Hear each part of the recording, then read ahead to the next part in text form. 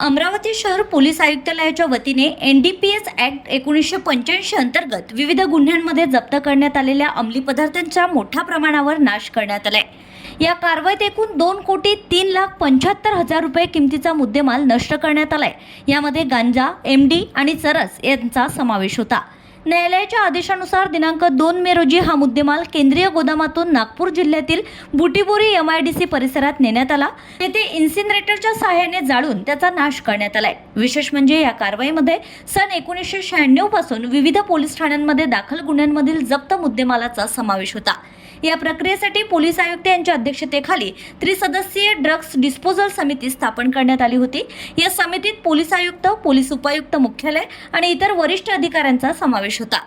तसेच या नाश प्रक्रियेसाठी महाराष्ट्र प्रदूषण नियंत्रण मंडळ मुंबई यांची आवश्यक परवानगी घेण्यात आली होती। त्यांच्या निर्देशनानुसार Maharashtra enviro power limited Butibori MIDC Nagpur येथे हा मुद्देमाल नष्ट करण्यात आलाय। या संपूर्ण कारवाई दरम्यान पोलीस उपायुक्त, सहाय्यक पोलीस आयुक्त तसेच संबंधित अधिकारी आणि कर्मचारी उपस्थित होते। न्यायालयीन आदेश आणि सर्व नियमांचे पालन करत अमरावती शहर पोलीस दलाने ही कारवाई यशस्वीरित्या पार पाडली आहे।